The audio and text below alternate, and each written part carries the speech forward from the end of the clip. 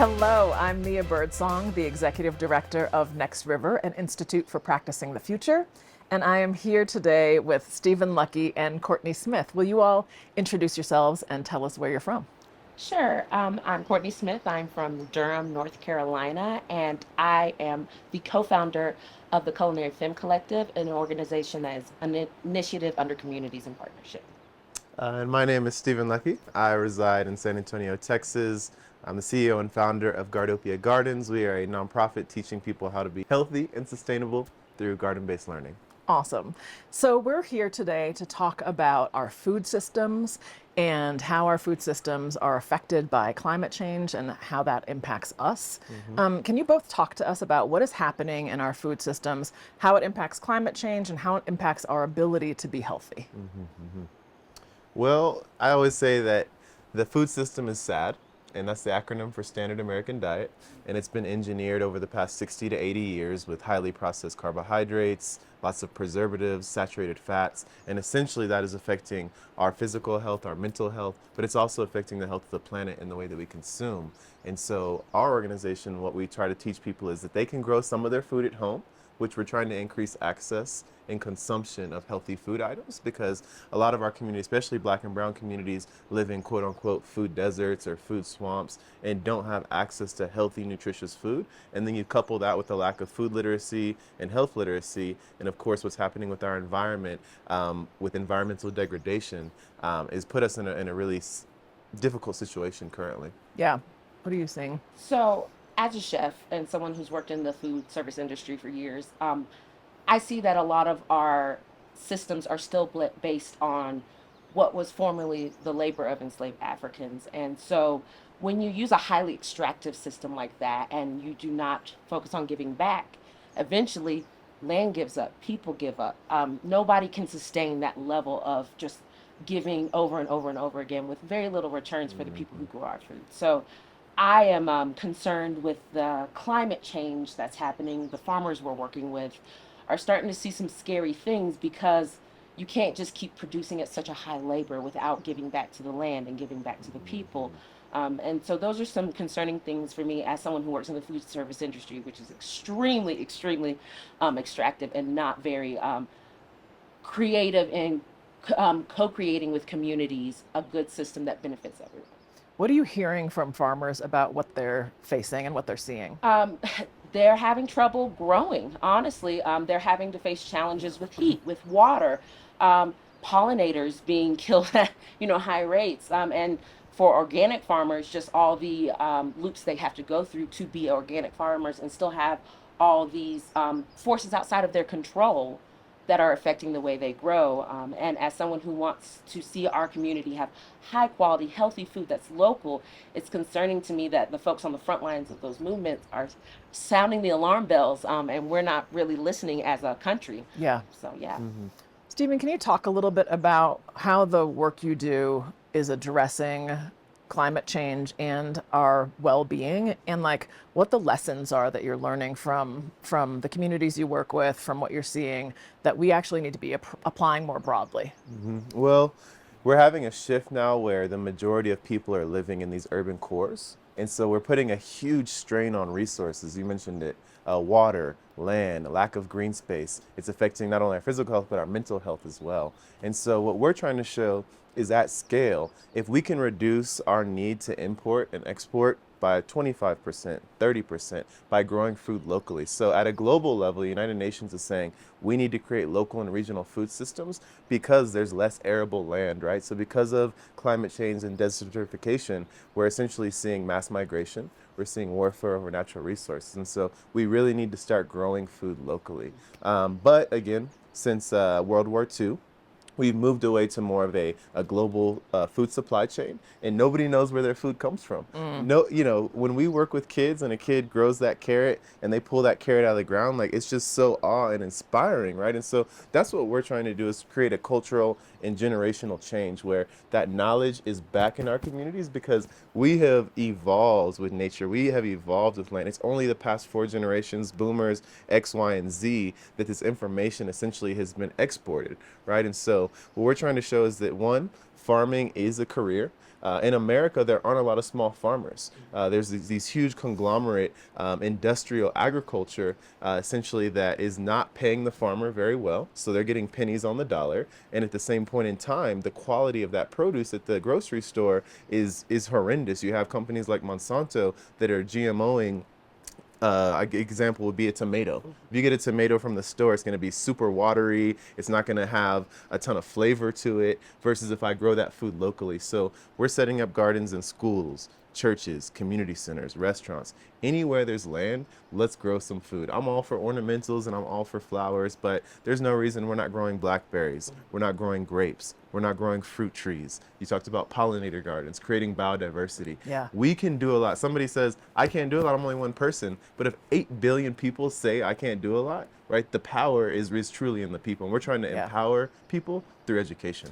I mean, one of the things that strikes me about what you just said is, if I go to the store and the produce that I have does not have a lot of flavor, like we as human beings, like part of how we know that something is good, right, is that it has flavor, right? Like we've evolved to like desire things that have flavor. So I'm going to go to the things that do have flavor, 100%. like a bag of Doritos, which is like full of flavor, right? Like I get why, like a Dorito is delicious. Sure. But if we have tomatoes that are that taste like tomatoes, you know, and I live in California, and I am so fortunate to, you know, I have a farmer's market I go to every week. We have these dry farmed tomatoes that are like grown to concentrate the sweetness of a tomato. So like I know what a tomato tastes like. My children know what a tomato tastes like. It's like a little bit of candy. Yeah, we ripe buy off these the boxes vine. of it. So can you talk a little bit about how we think about flavor, about what it does for us? I mean, you're a chef, Yeah. so Yep. you're absolutely thinking about flavor. But there's a way in which part of the reason that we are drawn to, you know, kind of processed food is because of flavor, Yep. right? No, exactly. So I am a chef. I have my own food business, and people are always asking me, "Your food is amazing. What do you do?" And I tell people, I use local produce. That is the difference. Yeah. As I have the classical training to know how to put flavors together, but the biggest thing that helps me and my product stand out is local farmers growing local food. And I think also knowing as a child, growing up with a great grandmother who had a farm, well, not a farm, but a garden. Yeah. And she would have chickens and things. And having on my father's side of the family as well, they had a farm, and going to the farm, tasting the fresh produce and thinking in my head, well, when we get it from the grocery store, it doesn't taste this way. Is that why I don't like these things? And So you noticed this as a child. as a child, it was very different, but my parents didn't have a garden. My mom started one when I was a little older, and then I started getting really excited about food. But I do think that I know that we as a society have moved to make food preservation more global, which is a good thing because it can feed people. But the downside of it is that a lot of times you take away access to fresh food and those fresh flavors. And when kids are saying they don't like vegetables, I'm wondering if it's not the vegetables, it's the vegetables because they're not being grown in a way that is for the earth and for people. Right. They're being grown in a way just so we can push them out. Yeah. So that's where I think about from the flavor perspective. Local food is so vital to that. And I wouldn't have the standing I have in the community, and people would not talk about my food as much if I did not use local food. I love that story about you comparing, you know, what you got from the grocery store to your grandparents' garden. It just reminded me just now that my mom had a garden, and she grew many things, but like there were raspberries. And I remember going outside as a kid, and this is like, I grew up in Rochester, New York. This is in a city, right? But I would go outside like every few days during the summer and like pick a bowl of raspberries. And it was so satisfying and absolutely delicious. Like they tasted great. And part of what I'm remembering about that experience, I think, is something that you were speaking to, which is about what it does for our emotional well-being to have this relationship with the food we grow. Can you talk about what you've seen in the work that you do, how it impacts us like spiritually and emotionally? Definitely. I mean, at a physiological standpoint, there's something called the mind-gut connection.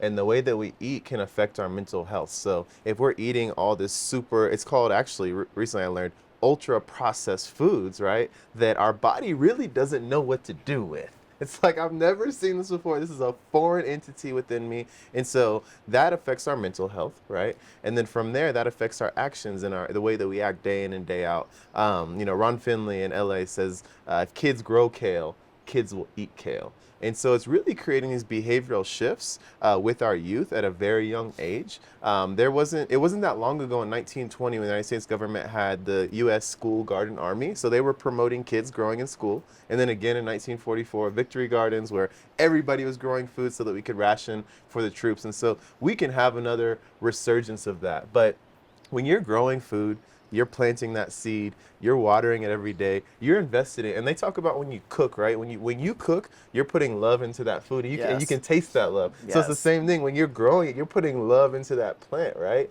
And so again, when you're harvesting that apple, this past few days, I had these figs, and I'm just watching them every day, every morning. I'm just watching my figs, little by little. I'm like, I can't wait to get these figs. So finally, on like Wednesday, we got a good rain. I'm harvesting them. They're almost as big as my hand. I'm eating them, like just the joy, the appreciation that I had in that moment. And then it's also 100% bionutritional availability, right? The moment you harvest that, then it's starting to biodegrade little by little. So a lot of times when you're getting produce at the store, it might only be 50% the nutritional content that it should be, right? And so that's because another of how component. long it took to get from Washington field or whatever to Dallas on a truck, to the San Antonio Processing Center to my HEB. I had to drive to my HEB. I had to go back home. I'm not going to eat the apple in that moment, right? So it's just all these steps, and then you think about all the carbon emissions and the food miles associated with that. It doesn't make sense. I saw a graphic recently. They grew, I think, apricots maybe in one region, like in the Western Hemisphere. Then it goes all the way to Thailand for packaging. Then it comes back to America. Stop. It's ridiculous. It's insane. Yeah, like why? You're also making me think about the way, so I have a garden. I love my garden. I learned to garden by making a lot of mistakes and talking. But I have this relationship with the people, in my neighborhood who also had gardens, because I live in a place where there are a lot of microclimates. So there's also this way in which the knowledge that gets passed along as you are gardening and you're talking to other people. I mean, for sure, I'm also looking at YouTube videos and so I'm getting it from both. I'm getting it from my local folks, and then I'm reading books, hearing from, experts on the internet. And then there's this thing that you just reminded me of when you were talking about watching the fig every day, right? There's this presence that growing food brings to you, right? So I go outside, the amount of time I spend looking at bugs or a flower bud over a week, and noticing as it's opening. There's information I'm getting from my plants about when they need water. So there's also this way in which I feel like gardening and, or even if I'm going to the farmer's market and I'm have a relationship with my actual farmers, and there's information they're telling me about what's going on with their crops this year. There's this presence that we get to the land that we are on, and a reconnection, right, to the land. And one of the things that makes me constantly remember is that we talk about nature as if it is this thing separate from us, and I'm we are nature, and we have always eaten from the land. So part of what you all are talking about is repairing this broken relationship. Can you talk about that and how you see that in your work? So, as someone who comes from country folk, as I like to say, and does have some relationship to the land, but not as much as I would like to, I do think it's intentional discouraging us from being in relationship to the land, because I'm starting to grow things now, because I used to say I had a black thumb. I'm growing my green thumb. I mean, you got a black thumb, let's be clear. I'm growing in my not killing plants. I can cook anything, but for the longest time, asking me to grow it was not a good idea. But even in me reclaiming that part and rejecting that narrative, right, that I cannot grow, I cannot be in community with the land, it has been healing personally to me. And watching the laborers in our communities and how much they have so much knowledge and they have so many gifts, and their connection to the land is not valued because they're farm workers. And they have all the information for us to thrive in our communities and to eat wonderfully and to be in community with each other and to grow things and just to laugh and have fun and play. And our current system structures work really hard to disconnect us from that. And as I'm reconnecting myself to it, I'm noticing like my health getting better, my mental health just shooting through the roof. And I want the kids in my community to start experiencing that because I live in a Black and brown community. And oftentimes they are, any way the system can keep them disconnected, boy, Yep. they'll do it. So how do we, someone who comes from folks who are deeply connected to the land, have been in the past, help build this country, right? How do we get back to those connections and make it attainable for everyone? I really feel like our local governments have a big part to play in that. I'm trying to pressure our local governments to prioritize feeding people in the community, prioritize looking to local farmers and actually supporting them instead of it being this trendy thing of like, look, we're supporting local food. Make it a part of your everyday pathos, your everyday decision making, and just watch how your life just blossoms all around and your community blossoms. So let's talk about government and like systems, because there is a piece of work for each of us to do individually or like collectively, but there also are whole systems and institutions that actually determine like the conditions that we are in and whether or not it is easy or hard for us to care for ourselves. Can you talk about how you all are playing a role in your local governments? Yeah, so at a national level, we have things like the Farm Bill and the United States Department of Agriculture, and there are subsidies for the cash crops, which are corn, wheat, soy, and sorghum for the most part. And so that's why we hold have. on a second. What is sorghum? I always see it on like my Sorghum my is a grain. It almost looks like wheat. It almost looks like wheat. Yeah. If you're driving in the fields, it has like the red tops. What do we do with it? It's also for animals. Yeah. Okay. Right. So fodder, essentially. And we grow a lot of food. A lot of that corn, a lot of the soy, a lot of the wheat we're growing goes to feed cattle and animals, right? So a lot of our land is actually dedicated to feeding the animals that we're eventually eating. And so that's why there's a big push for plant-based diets. Not to say you can't have that steak, but, buy shares in a CSA for that cattle and know that cow. Go visit that cow. I'm not saying you got to be at the slaughterhouse, but not to go on a tangent. But at a local level, though, so what we're trying to do is essentially get the city of San Antonio and Bexar County and all of these local politicians to support urban agriculture. So what I was getting at is the subsidies, right? So that's why we have these cash crops and we have these fields and we have these monocultures, because they're subsidized. And sometimes for the farmer, it's actually more beneficial to just have your crop fail so you can get the insurance money. So we need to incentivize what they call specialty crops. I want us to, because I feel like that might be a thing people hear, and I want us to like really listen to how insidious that is. That you as a farmer, right, would spend a whole growing season, the resources, the fertilizer, the machinery, millions of dollars, all this money, and that it would be more financially feasible for you to basically just leave it and let it die. For insurance. And that's the system that has been created. And so that's why there's not a lot of small farmers, because there's not a lot of incentive to grow fresh fruits and vegetables. Right. So we can flip the script and say, we want to incentivize local small farmers, and that can be a viable career for folks. You don't have to only be a farmer. You can be a doctor, you can be an engineer, you can be an artist, you can be a chef, right? You can have this career, but you can also grow food. And it wasn't that long ago, everybody had their kitchen gardens. And so again, at the local level, providing incentives. So like with the Office of Sustainability that we have, they just released grants, about 3.5 million, grants up to $20,000 for community organizations and businesses as well. Because a lot of times the for-profits can't get any money. So that makes it difficult as well. Then we have, we're trying to gain access to more land. So there are vacant lots, especially in our communities of color, right? Yep. Where they knock down a house or they knock down a corner store, whatever it might be. So then we have these plots of land that are just sitting and sitting and sitting. Let's put this land to use, right? And then the other component of it is community building, right? So a lot of times in the past, the church was like a center of the Black and brown communities. And to a certain extent, it still is, but not as much as it used to be. And so when you talk about community garden, what's that first word, right? Yep. It's bringing people together that would have never met before. And so we're creating social cohesion and reducing isolation among folks, which was really big during COVID.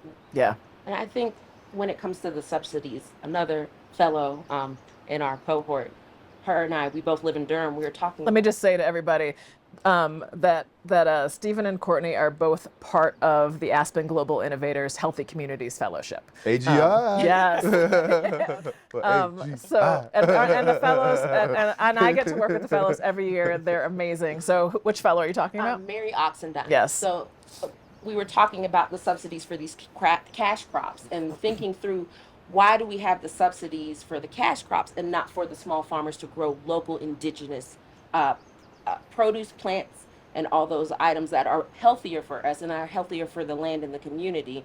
And so I think it's a longer term vision to take it more national, but start these conversations locally with our local government of why aren't we putting money into growing indigenous plants that will thrive in the community, that help the soil, that help us reconnect with food. Because like, when you said about sorghum earlier, people are like, what's that? Yes, totally. And we're disconnected from a lot of the things that my great grandmother, who is one of the reasons why I am such a wonderful cook, she was an amazing cook. There's a lot of things that she cooked that I no longer have access to. I have to go to do research in order to relearn. So I think also disconnecting us from our ancestral knowledge when it comes to food is a huge part of all this. Because I have family who work.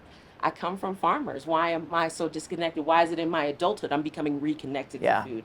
And so in asking our local and city officials, what is it we value? Strong, healthy local communities. Do we want our communities to thrive? Do we want to be shining examples for the rest of the country of how you can invest in your community and see everyone just be so happy and joyful, and it can be centered around food? Or do we just want to, keep on extracting? And I'm also going to say for food business owners, because I know a lot of times folks are saying, well, we can't do that. It's too expensive. It's just easier to order from Cisco. Right. I think, and I know because that's how I operate my business, it still comes at a cost.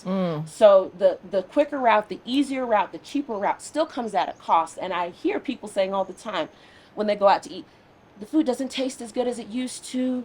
Just the whole experience, service is not as good. And I'm telling folks, you're witnessing the breakdown of an extremely extractive, running full speed ahead machine. We didn't put food first. Right. We put quickness, we put money, we put, fast, all these things first ahead of food. And we're seeing the breakdown now across all of our food systems everywhere you go. So you can't even enjoy, if you want a burger, burgers don't taste like they used to because of how we're raising the cattle.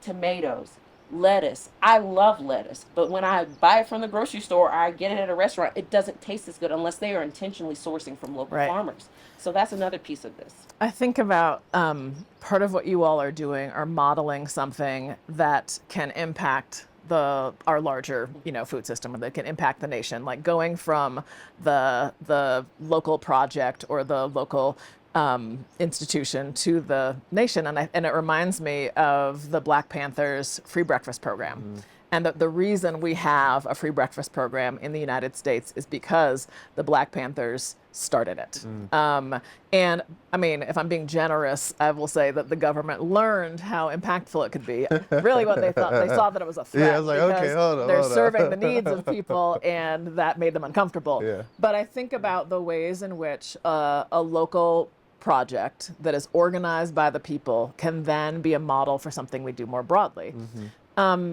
So I want to ask you about the power that we have when we organize, right? We were talking earlier about civic engagement and about the way in which I think a lot of people think that civic engagement is voting, which, as we also discussed, like our ancestors fought for. So for sure, we're going to show up at the ballot. And certainly, the impact we have at the local level when it comes to voting can be significant. Yeah, you can see it. But that is that's the low bar when it comes to civic engagement. How do you all think about what it is that we should be doing, that our audience should be doing when it comes to engaging, when it comes to the way that our food systems impact our well-being and the climate? For me, it's looking at public land and land justice, right? So we know that there was a genocide. Essentially, we killed all the indigenous, we brought over Africans to build up the land. And so that disproportionality and that injustice lives to this day. 97 to 98% of agricultural land is owned by white Americans. And so when you have this dichotomy of the haves and the have-nots, it's very difficult for us to make change because we don't control the means and the resources. Yep. And so like I can have great ideas all the time, but if I don't have the resources to implement my idea, right? But that being said, what we can do is look at public land. And so these municipalities that have essentially the stolen land that is now public land is our land, right? That's our land, and we need to look at how we're developing our cities, really, and the infrastructure. You know, if they're going to be putting in a park, if they're going to be putting in a library, if they're going to be putting in a brand new highway, we need to be in those conversations from the very beginning and say, hey, you can build this and this, and we can't back down, because if they're using public dollars to incentivize, if they're using tax breaks and things of that sort, then essentially that's our resources, that's our money, and we have to have a voice in it. But it's difficult because if there's a city council meeting at 12 o'clock on a Wednesday, it's very difficult for me to participate. It's actually a privilege to participate in civic And it engagement. shouldn't be. It shouldn't, no. Yeah. I mean, the other thing I think that I want to just elevate from what you're talking about is that, you know, you said 98% of farmland is owned by white Americans. And that part of what we lose when we don't ensure that like Black and Indigenous people are tending to land is the ways in which we know how to tend to land in a way that is sustainable. Yes. I mean, certainly our Indigenous siblings have been leading the way when it comes to how the relationship we should have with land. You know, in California, there is a movement to return land, public lands, to Indigenous people, partly because of the way that Indigenous folks know how to do fire suppression.